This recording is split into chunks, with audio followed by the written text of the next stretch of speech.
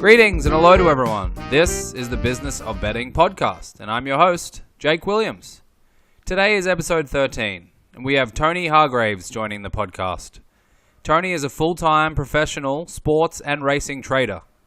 He utilizes software to execute trades on sports and racing to put himself in a winning position, regardless of the result of the betting event. Tony shares some of his thoughts, secrets, and tips that he has curated and developed over the years, which he also freely shares in videos, books, and other resources on his site, thesportstrader.com. As always, you can find us at businessofbetting.com or at bettingpod on Twitter. Please fire in any questions or feedback and potential guests you would like to hear from. So thank you for listening, and I hope you enjoy my chat with Tony Hargraves.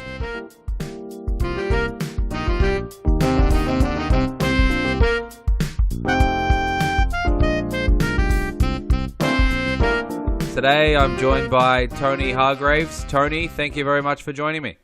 My pleasure, Jake.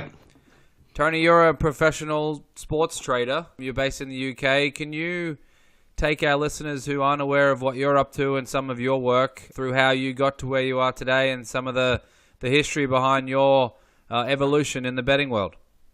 Sure. I've come from a background of betting, mainly in Sydney when I was a kid, betting on the usual stuff us Aussies do of football, cricket and horse racing. And then I discovered Betfair in 2004, and I had a good look at that and understood that you could back and lay events or horses, and that was really exciting rather than just being able to bet on something and find out at the end of the event whether you'd won or lost. And also you could put in different prices rather than just taking the price the TAB or the bookmaker was offering you. The way I really got into it was when I moved with my young family to Scotland in 2008. I moved over there and ended up in a very remote village in Scotland, and I sort of had two choices. That was chase cows for 12 hours a day for £150 a week or become full-time. There wasn't really a lot of other choice, so I took the plunge to do this full-time.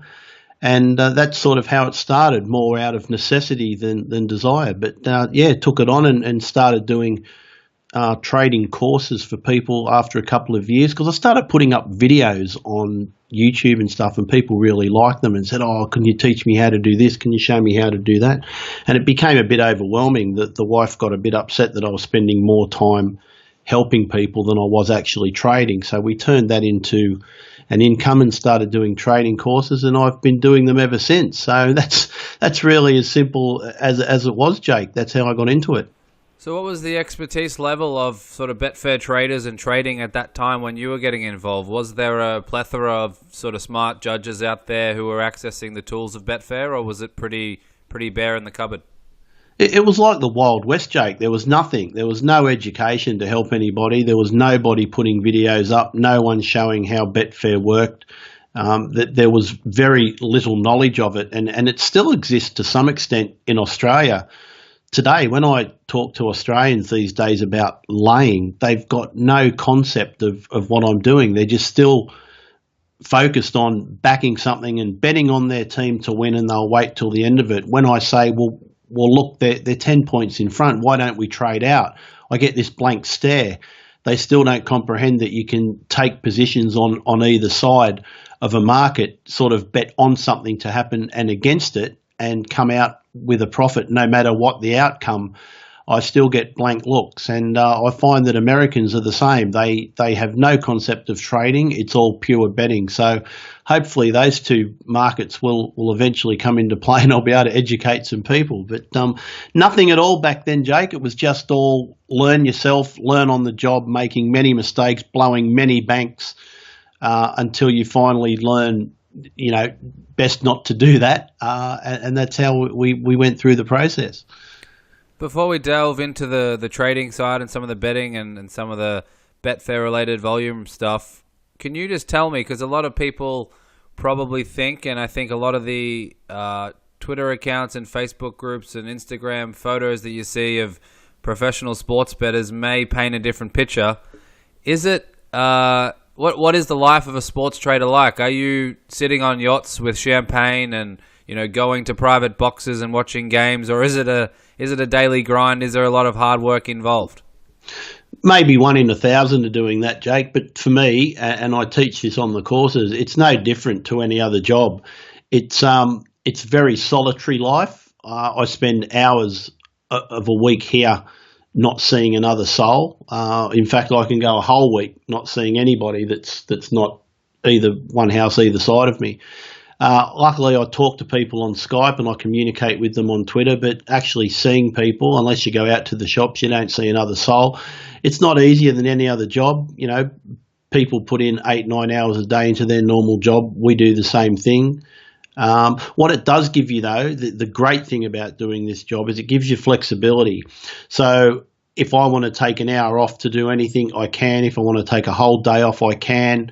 If I want to work of an evening, or if I want to take Sunday off, it's totally flexible, and that's the difference. And it's really the only difference for me is rather than have to be somewhere 9 to 5, Monday to Friday, I can be at my desk any of the 7 days or nights that I choose, and I can be away from it any of the day or nights that I choose. So it just gives you great flexibility. But as far as money goes, no, it's not a lot better than any other job.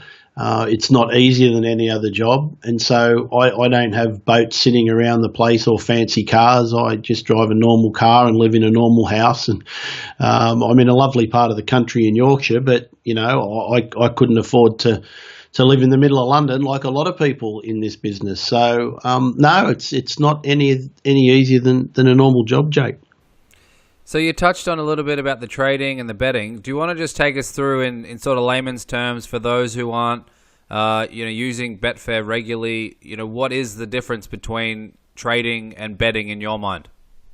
Sure. Well, when you look at betting, most people will very easily understand that there's two sides of a transaction. There's usually a bookmaker and a punter. What Betfair does, it allows you to be both at the same time. So if you are looking at a horse race, and let's just say there's a horse race with 5 horses in it, and you're not sure which one's going to win, but you're fairly sure that you know which one can't win, you can just lay that horse. And as long as one of the other 4 win, you make money. And then another way is you can just back a horse to win, and then you can, as long as it wins, you get paid. Being a trader is to be able to back that horse and lay that horse at varying prices. So let's say it's 3.5 on Betfair. I can back it at 3.5 and then lay it at 3.4, and now I make a profit on that horse.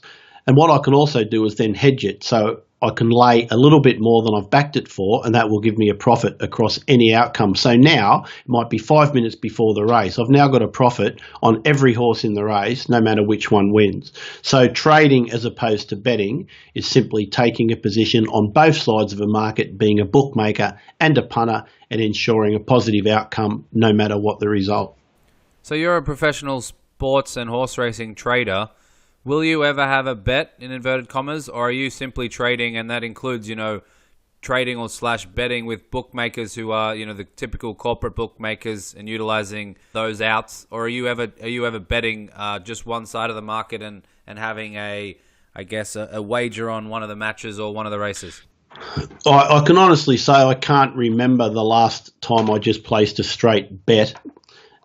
Sometimes what you might do, if you've got a game where you wanted to back over 2.5 goals and you place the bet before the game and there was 2 goals in the first 10 minutes, I would probably leave that to run, because it's highly likely that I'm going to get that 3rd goal and not need to trade out.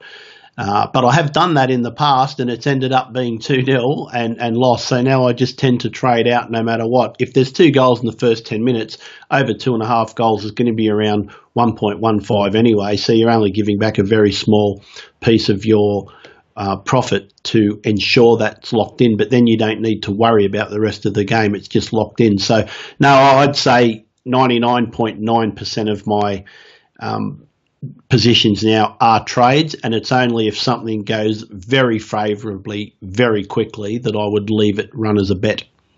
So can you take us through what percentage of the betting events, whether it's sports or racing or other things, that you break even or win? Is it something that, you have a high percentage of break even and wins, and we might get to stop losses soon, but is that what you're aiming for? You're essentially trying to break even on your trades or win a small amount? No, you're never trying to break even. You're trying to win on any trade. If you're getting in a bad position and you can get out of it with a break even, that's great. But as far as winning goes, I've now reduced my betting to mainly three things. I do cricket, football, and racing. That's pretty well it, because I found that when I was doing other sports like tennis, golf, snooker, any of the other sports, because I used to think, oh, this is great. I can trade all day, every day, do every sport that's on, bet on anything that's happening, as Australians like to do. We'd bet on two flies crawling up a wall. But I found that it was just really chopping into my profits and costing me a lot of time and a lot of my profits. So I've just reduced it now to cricket, football, and the racing. I'm successful on all three. I don't really have a percentage for you on which one. I'd say I'm most successful at cricket. That's my best sport. My racing is my bread and butter, so I do a lot of trades on racing, but they're only small, so I might only make 10, 15, 20 pounds per race, but I do a lot of them and I do them most days. And my most successful trades are on the football, so they're the biggest financial trades, but I do less of them, if that makes sense. So you end up with the same amount of money really on all three, but they're much smaller on the racing because there's a lot more of them, but they're a lot bigger on the football and a lot less of them. Yep. So there's three, different paths to get to the same end goal. So can you talk about stop loss? Obviously, there's a lot of traders out there who'll understand it from a market's perspective. How critical is it as a part of your trading strategy to effectively put stop loss in place? Yeah, it's very important that when you go into a trade, you've got a good idea in your head of how much you want to get out of it and how much you're prepared to risk to do it. And that's one of the downfalls of a lot of people and why they fail, is they will quite happily look at taking a profit. So say they've bet £100 on a laying over 2.5 goals and the price goes up and they've made £40, they'll happily click that button and take that profit. And then I'll say to them, well, at what point are you going to get out? And they go, oh, I don't know. I'll decide that when it happens. And that's one of the fatal flaws, is people not deciding when they will get out before the event. So before I get into a trade, Jake, I will have an idea in my head of how much I'm prepared to risk, which will usually be 5% of my bank on a trade. And I'll work out at which point I want to get out and at which point I'm prepared to exit. And then when those points are met either way, you just click the button and get out. And that takes a lot of discipline to do it, which is another reason why a lot of people fail, is they just don't have the discipline to get out when in a losing position. So I want to switch a little bit to handicapping. I know I'm not sure what the answer is, but are you...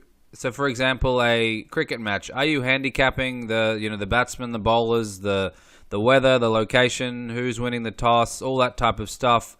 Do you need to be doing a lot of that work, the statistical analysis, the situational analysis, in order to help your trading, or is your trading strategy purely based on the markets and based on years of curated knowledge and a trained eye to get to a point where you're able to be a sports trader without actually handicapping the events?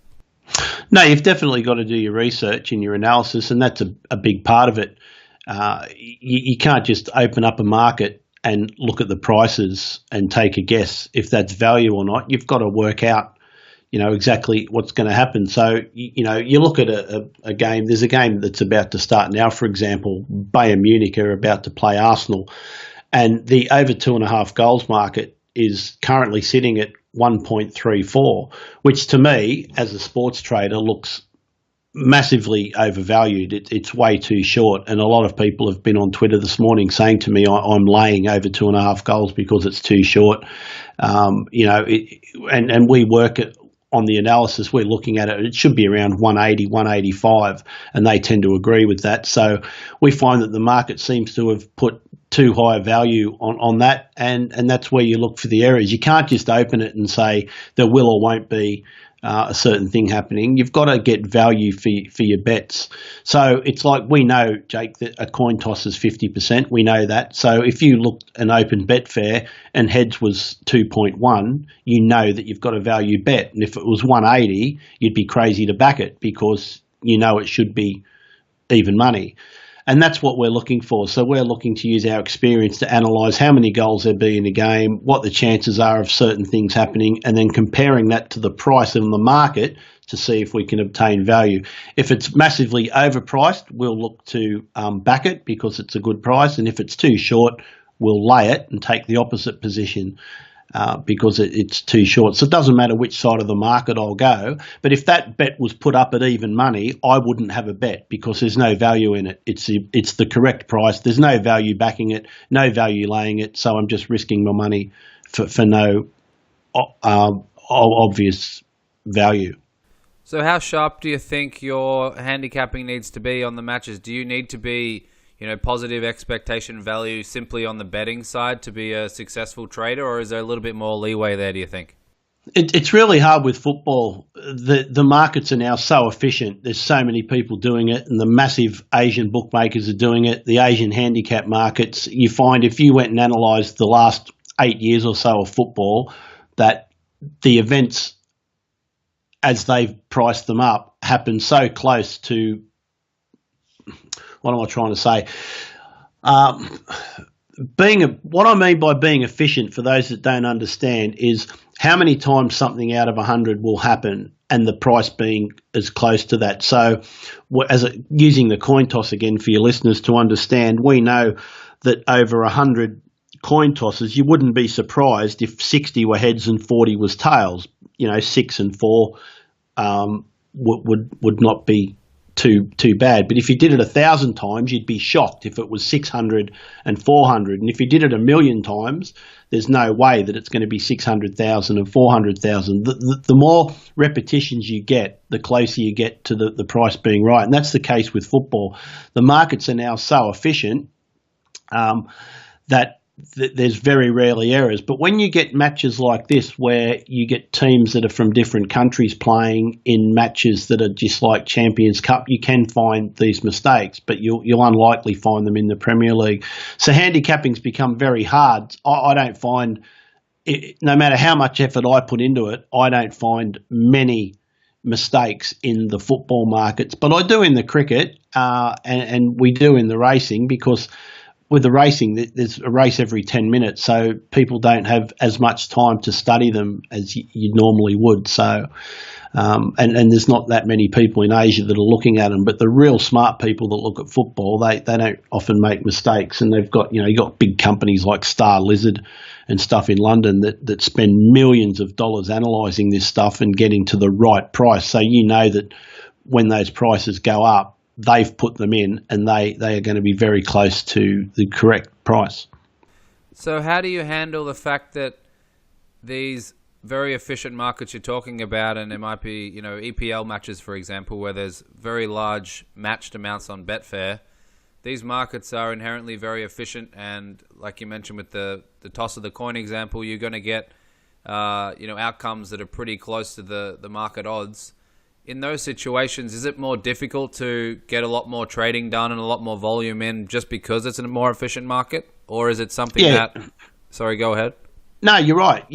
I tend to not look so much in the match odds markets now because they are so efficient. So I look in the more exotic markets on those matches. I mean, if you look at Betfair, just on this match today, the International Champions Cup, there's like 50 different markets. You can have, over half a goal, over 2.5, over 4.5. There's just so many different markets. So the further down you drill, the less efficient they tend to become. So I might look at one of my favourite markets is halftime score. So I will tend to just analyse a game and look at the chances of a first half goal or a second half goal. And I find teams like Tottenham, if you look at Tottenham over the last few years, how many of their matches have a second half goal? It's around 85, 86%. So if you know that and then you look at the halftime price of whatever the score is. Let's say it's 1-1 at half time. If you then go and look at the price of 1-1 at half time, and it's going to be around, on average, 4.2 to 4.5, but you know that it's an 86% chance of happening, then you've got massive value, and I will lay that nearly every week that they play, because I know that if they're going to have a goal 86% of the time, that means that they won't have a goal 14% of the time. And so the price should be around, 16, 17. To find out what price something should be, you would divide 100 by the chance. So if you divide 100 by 86, then that gives you the price of what it should be, and it certainly won't be anywhere near 4.5. So things like that I look for, inefficiencies, and you might find teams that have a lot of first half goals. You find teams that score 80, 90% of their matches have a first half goal, and then you go and look at the 0-0 halftime score, and you'll find that it's normally 380 to 4, and it should be a lot higher than that, because it's so likely there's going to be a goal. And I find little inefficiencies there. So that's where I have most of my success on the football, away from the highly efficient match odds and over 2.5 goals markets. I want to get to the odds and taking different prices, but before we do, how do you go about handicapping market moves? Are you using certain tools, or are there factors or features you can put in place to be able to essentially not necessarily guess, but sort of predict which way the market might move so you can have optimal trading? No, I don't, Jake, but I'm very old school. The new breed are now what we call algo traders. They're using algorithms and stuff to do all that. And I think that's going to be the future of the Betfair. The manual traders like me are a bit of a dying breed. And we're just, the algorithms are just too efficient for us, and they're just making the markets more efficient. So I see it getting a bit harder over time to do it. But no, it's handicapping for me is I just leave it to the others now, and I look for little things that I find value in and just stick to them. Other than that, I just stick to my horse racing, because I find the horse racing extremely simple, and I can just pick up money on that race after race and leave all the high-end stuff on the football handicapping to the professionals. So it's obviously critical to try and get the most efficient odds for your trading strategy, i.e. the highest price or the lowest price when you're laying. How easy is that to actually execute? I use some software that's just linked to the Betfair API. It's called BetTrader. It's from Racing Traders, and it's got a few tools in that are really good. You can switch it onto a ladder grid, a ladder or a grid, and I put it on ladder view. And what it shows you is exactly how much has been matched at each price. And so you can very quickly determine the highest point. Say we're looking at a horse, and a horse is trading at around 5. I can instantly look at that and see the highest point that it's been at is, say, 7, and the lowest point is 4. Well, I know now if that horse is trading at 4.3 that I've lost the value on it. If it was trading at 7 and a lowest point of 4, I don't want to be backing that horse, because the value's completely gone out of it, and I'm backing at the lowest end of the range. However, if it was trading at 6.8 and I can see at some point it's been 4 and the highest it's been is 7, I think, well, I'm getting better value on that horse than the 98% of people that have backed it, because it's at the top of its range. And so that would be a horse that if I liked it, I could happily back that. So I sort of look at those sort of things, the high point and low point. I call them the resistance points, and I'll look at the highest point that they've been matched and the lowest, and then I can look at value and say it's trading at around 5.3. It's right in the middle of its range. So you can back it if you want to, but you're not getting immense value. And if you're laying it, you're not getting the best lay price, but you're not getting the worst either. So it's a 50-50 call which way you want it to go. But yeah, I do use software to look at the highest and lowest points to see if I am getting good or bad value from a price. So speaking about price, what do you need to achieve to win over time? If you're getting what we call top fluck or top fluctuation, or starting price, what the event the final odds essentially that was taken for that betting event. Is that enough to win over time if you're getting above the starting price or above the top flock? Yeah, see, it's not something that I really keep a record of because I don't bet on them. I'm out before the race is finished. So, I'll look at, say I back a horse at 7 and I trade out of it at 6. I now don't care if the horse wins the race or not. So I don't really look at the results and find out. But from a betting perspective, what I know is if you can back a horse at, say 7 and it officially starts the race at a starting price of 6, then you're going to make money long term.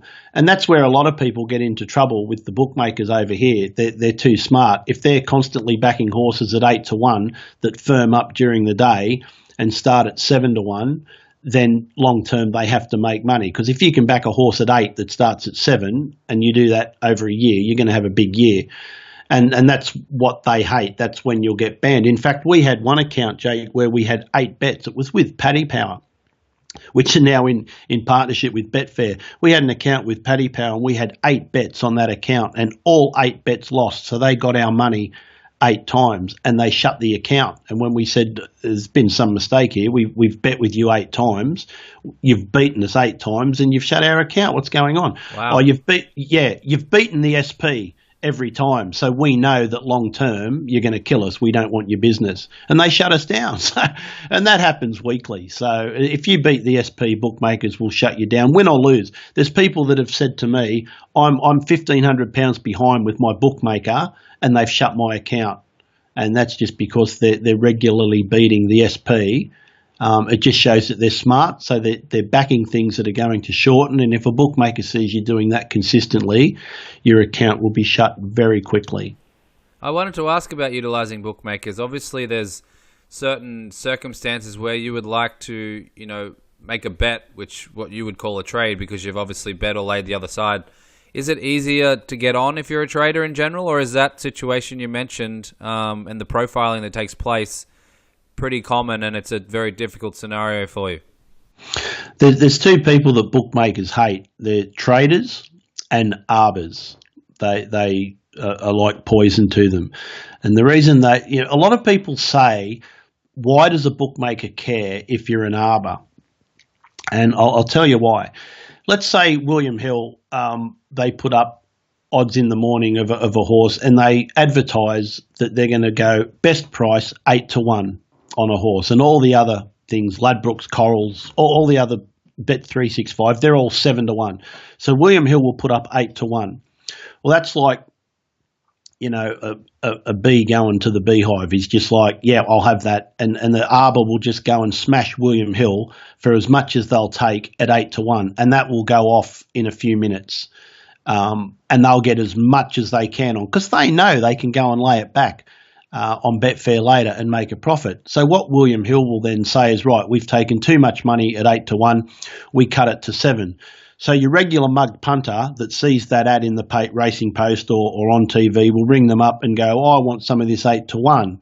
And they say, no, sorry, mate, it's gone. You're too late. And they find that so many of their customers are missing out on best price because of the arbors coming in and just hammering them early. And so if you're identified as an arbor, your account will be just shut instantly. And they also hate traders because they know that, you're just taking advantage of their prices. They don't want that, so they'll put limits on it, £10 per customer. And a £10 bet is no good to a trader or an arbor. It's a complete waste of time. We want to get, 1,000 on, 5,000 on, 10,000 on, and they won't take those sort of bets. And if you're wanting to put 10,000 on at 8 to 1, they know that you're going to be arbing or you're going to be trading it, and they just don't want your business. They want to keep it for the little mugs that are going to have their £2, £5 on and just consistently lose with them. Yep. Okay. Can you take our listeners through the Betfair marketplace? Is it correct to say that it hovers around 101, 102%? Is that correct? Oh, all the time. I'm looking at the Bayern Munich Arsenal game now. It's 102.6%. You can go to any horse race and it'll always be between 101 and 102%. And as soon as it goes in or out of that, there are bots that will just automatically correct it. It never goes under because it will only go under for like half a second. The bots will just smash it and push it straight back out to 101. And if it goes any higher, they'll start backing them all, and getting them down to, or laying them all, and getting it back down to 101. So highly efficient, rarely goes outside that. And if it does, it's only for a matter of seconds. So take us through that a little bit, because I'm sure a lot of people have seen, a horse racing board, let's say, or a sports match where there's an embedded bookmaker percentage up to, 5, 10, 15% at times. Why is it that the Betfair market must stay efficient? Is it because if it drops under 100, people will back literally every horse, knowing that there's a small percentage in there? And why can't it go up to 105%, for example? Well, that's what I'm saying. The bots will take care of that. The second it goes under 100%, the bots will automatically go and back every outcome, knowing that they can't lose. And if it goes up to above 100, 105%, 110%, they're going to do the opposite and just bring it straight back down. It just never comes out of it because there's so many bots operating on it that it just stays so efficient. That's why what the great thing is about Betfair is there's so many people using it. Look, Matchbook's the same and BetDAQ's the same. Exchanges in general are far better than the bookmakers, because if you walk into William Hill and you're looking at the 240 race this afternoon, all you can do is back at their prices for as much as they're willing to let you have. So they set the whole tone, whereas with an exchange, the market sets the tone, and you can't really beat it because there's so many people that are putting up prices. You get the correct price for horses. I mean, I see horses on Betfair that are 100 to 1, that are 33 with a bookmaker. And the greyhound markets are the biggest rort going. Ladbrokes put up greyhound markets at 140%. And we proved that on one of the courses. We went and backed a dog on Betfair that was 20, and we had £5 on it. So we got paid £95 when it wins, because you pay your commission on the exchange, so you pay your 5%. So we backed it for £5 at 20, and the same dog with Ladbrokes came back at 6 to 1. So the person that backed it on Betfair got £95 for their fiver, and the person that backed it with Ladbrokes got 30. So that's a 216% difference in return, and that's just how bookmakers rip off people every day on every race, because they're betting to 120%, 140% on the greyhounds. It's just criminal. So I recommend everyone just uses an exchange, because you're going to get better value, better prices, and you'll see what the correct price should be. It probably makes sense to you, but a lot of your listeners don't understand that, when they're going into a bookmaker, that they're just taking the price that the bookmaker says. Now imagine if you and I were playing heads or tails, and I said, well, yes, Jake, you can have heads, but I'm giving you 180. You've got a choice. You can either bet heads at 180 or you don't bet. Now, you know that most people that go into a bookies are going to have a bet. That's why they're in there. And if I'm offering you 180 and we played that all day, you know that I'm going to end up a mile in front. And that's how bookmakers work. Whereas on Betfair, if you put up 180 on heads or tails, you will not get matched, because somebody will put up 199. You can guarantee it. And that's, so you just can't get away with robbing people. Yeah, it's a great explanation for the listeners who might have experience with just bookmakers and not necessarily the markets and the exchanges, where it's almost the invisible hand. There's no way for it not to be optimal and efficient, because there's people and there's bots out there who are, guiding the market back to 101% very, very, very quickly. So it's a good insight just to exactly how that works. Sticking with Betfair for a second, and the exchange or any exchange in general, legitimate, or let's call it legal, market manipulation. What is your experience, or what have you seen with Betfair or others, where there might be some type of, let's call it manipulation, trying to get the price out so that it can be bet elsewhere or through Betfair, and then the price sort of corrects itself? Is that something that you see quite often, or are the pool size is just too big?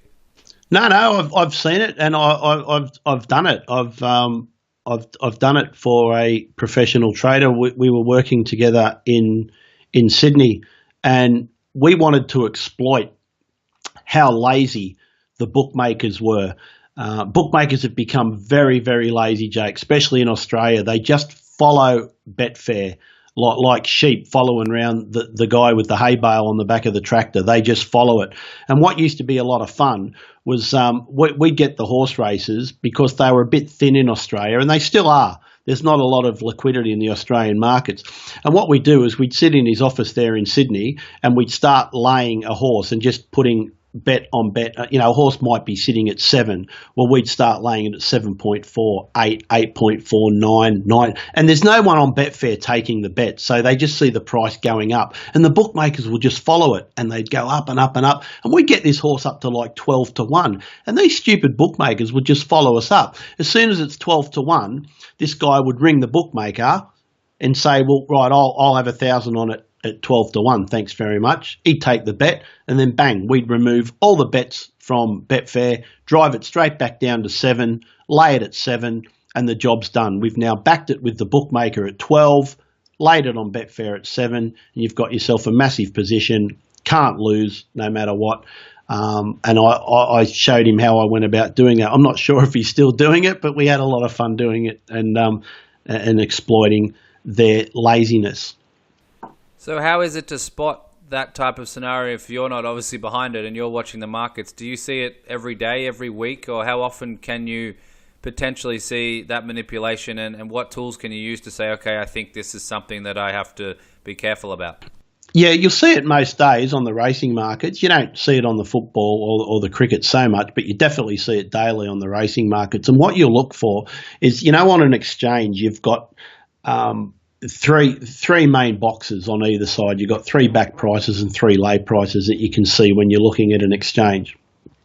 And let's say a horse is trading at 7. So on the lay side, you'll have 7, 7.2, 7.4. And on the back side, you'll have 6.8, 6.6 and 6.4. What you'll see is, let's say someone goes and puts £5,000 in at 7.4.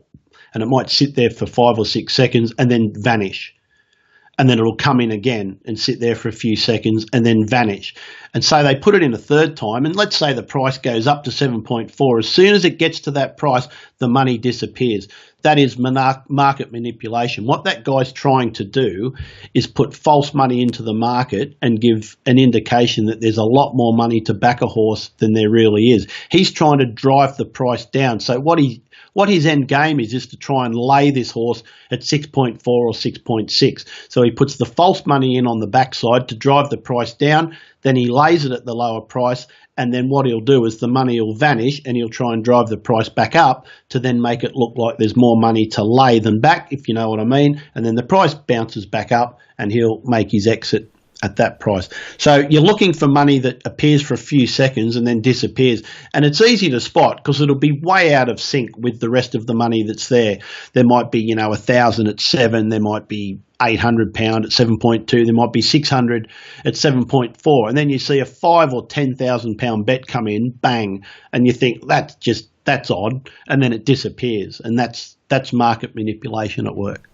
Okay, fascinating. So when you say it vanishes, that person's putting the bet or the lay in at that price, and then they're taking their money out of the exchange or the market, so that can't be matched. And does it ever get matched in those situations? Yeah, if it gets matched, they're in a bit of trouble. And some big punters will try and hurt these people and teach them a lesson. They'll just go and chomp it in one bet, and then the guy's got a big problem because he's just gone and backed a horse for 5,000. Now he's got to lay it back. And what other people do is the market manipulation that I also see happens around what I call crossover points, where price increments change. From 101 to 2 on an exchange, it'll go up by 1 cent increments or 1p increments, 101, 102, 103.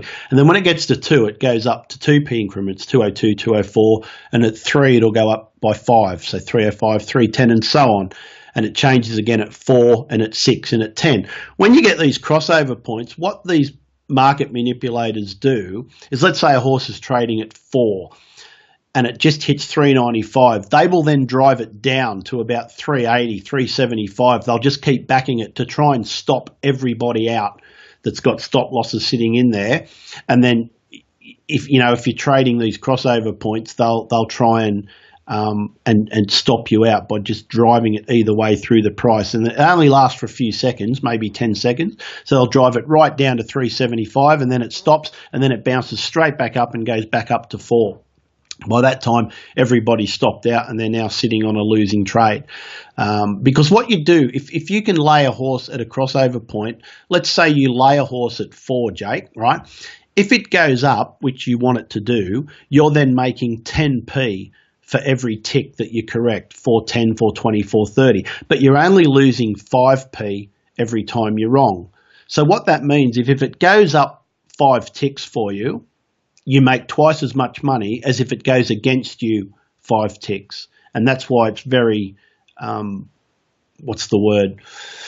Well, they're very happy if they can lay it at those prices. That's what you're looking for, those crossover points to sort of lay, because if it goes up that 5 ticks, you're making double what you're losing if it goes against you. So it's a very admirable position to get in. Yep. Okay, obviously you're a Betfair expert. I'm certainly not. For those out there like myself who are not experts, can you go through a couple of tips for, I guess, the rest of us? So, for example, favorites. Obviously, favorites are going to be matched as much or almost more than any other horse, for example. Any tips for trading favorites you can sort of pass on? Yeah, I find trading favourites are the hardest horses to trade, so I tend to leave them alone. I always look at the top 4 horses in the market and I will trade the second, third and fourth favourite, because all the big money is on the favourite and it's harder to get matched. You often find that your bets are stuck in a queue behind a load of other people. But I'm just looking for price movement. I'm happy to trade the second favourite because I know if the favourite goes down, the second favourite has to go up. So rather than try and get in a queue to back the favourite and watch it go down, I will lay the second favourite, and then when it goes down, my one goes up. Or I'll do it on the third or fourth favourite as well. But I stay away from that favourite because, you know, that is where all the big money is. Always got the most money matched on the favourite. And it is definitely the hardest to get matched on. You can find you getting quite anxious sitting behind a big queue of money to get matched, and it's a bit stressful. So it's easier just to trade the other horses with smaller amounts on them and just watching that price movement. What about some things to avoid for the average weekend Betfair trader who might be getting involved? Are there some things that they should be avoiding, whether it be, you know, timing of bets, trying to bet, you know, as late as possible or as early as possible, or avoiding derivative markets in certain circumstances? Are there any things that maybe not actively doing but sort of staying away from that can sort of enhance their possibility of winning? Yeah, I think just by having a look at the price history of a horse, if you're going to just be having a bet, that's fine. Not everyone has to be a trader. But if you want to have a bet, you want to have value. So you need to look at the price history of a horse. So it doesn't matter if you open it, you know, 5 or 10 minutes before a race. But I find that especially on Australian markets, if you're wanting to have a bet on a horse on an exchange, you need to be in the last couple of minutes before a race. There's not much liquidity there otherwise.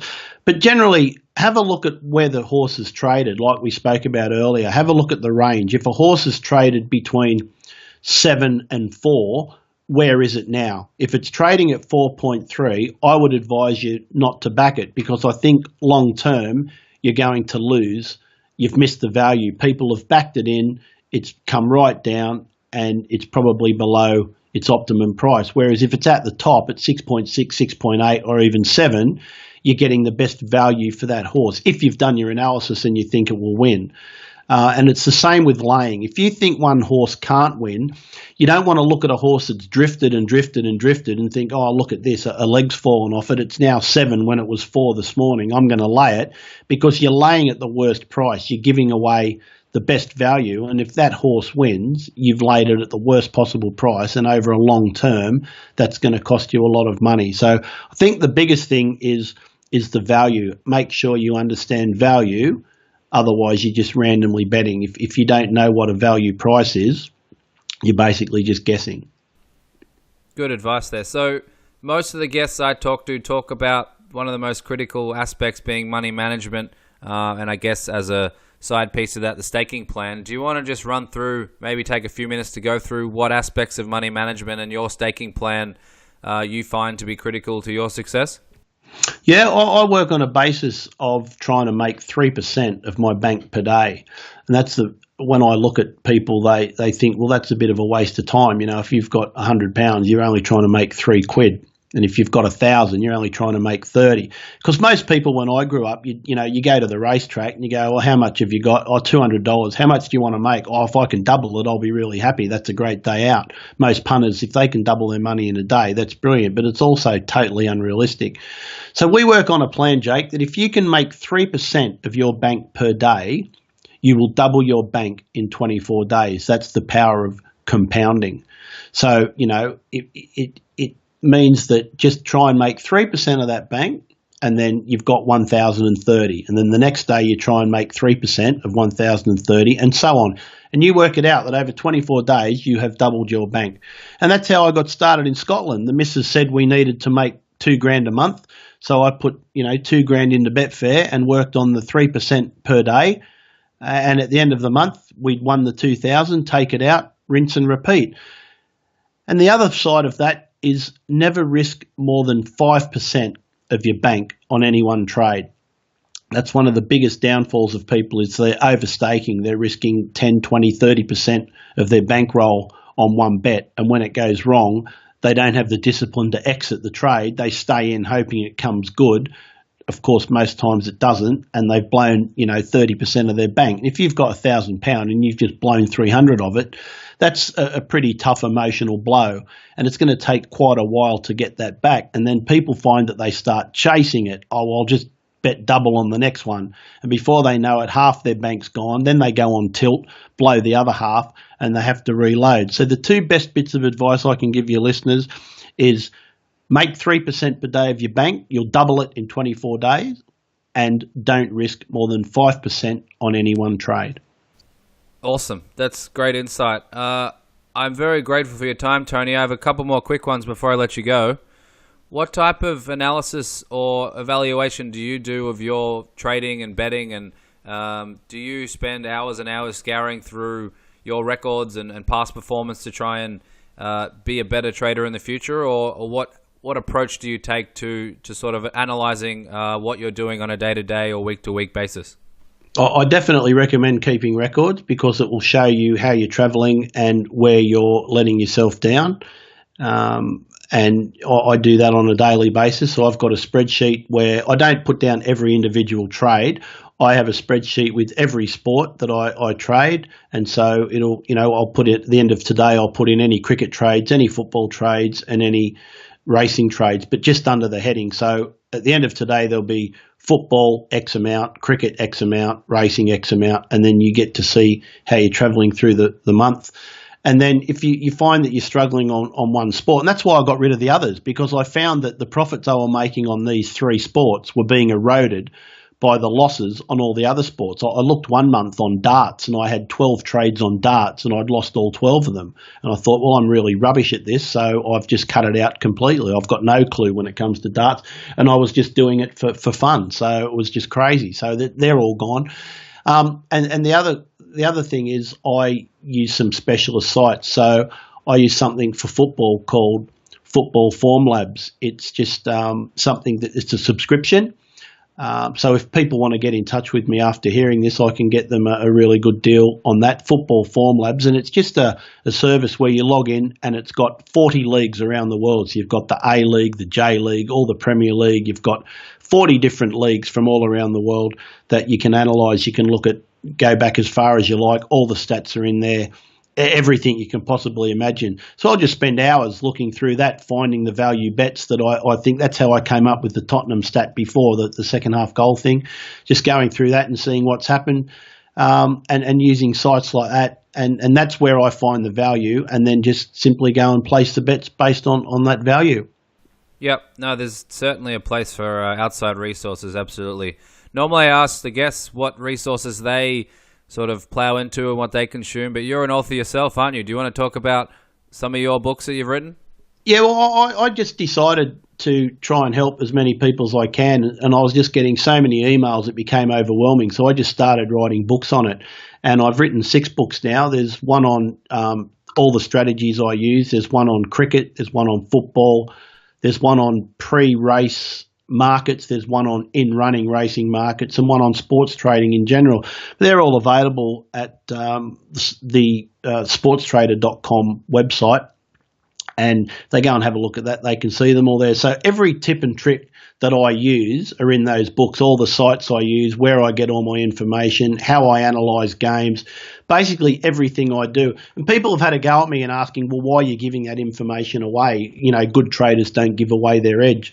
Well, I don't find that it erodes my edge whatsoever, because the more people there are betting on an exchange, the better it is. If there was only you or me betting on an exchange, as soon as one of us loses, well, that's it, it's gone. So I've got no problems with another million people coming on to Betfair or Matchbook and betting with us.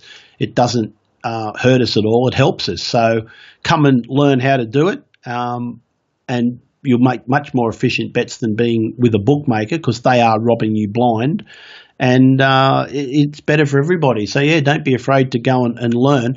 And that's the thing, Jake, it is learning. Like, you can't just say, I'm going to be a carpenter, go and buy some tools and start building furniture. You've got to learn how to do it. So if people really want to learn how to make money at sports trading, I recommend that they do some research and buy some stuff and learn how to do it, and watch the videos and read the books and see how people have done it to find out the best approach for them.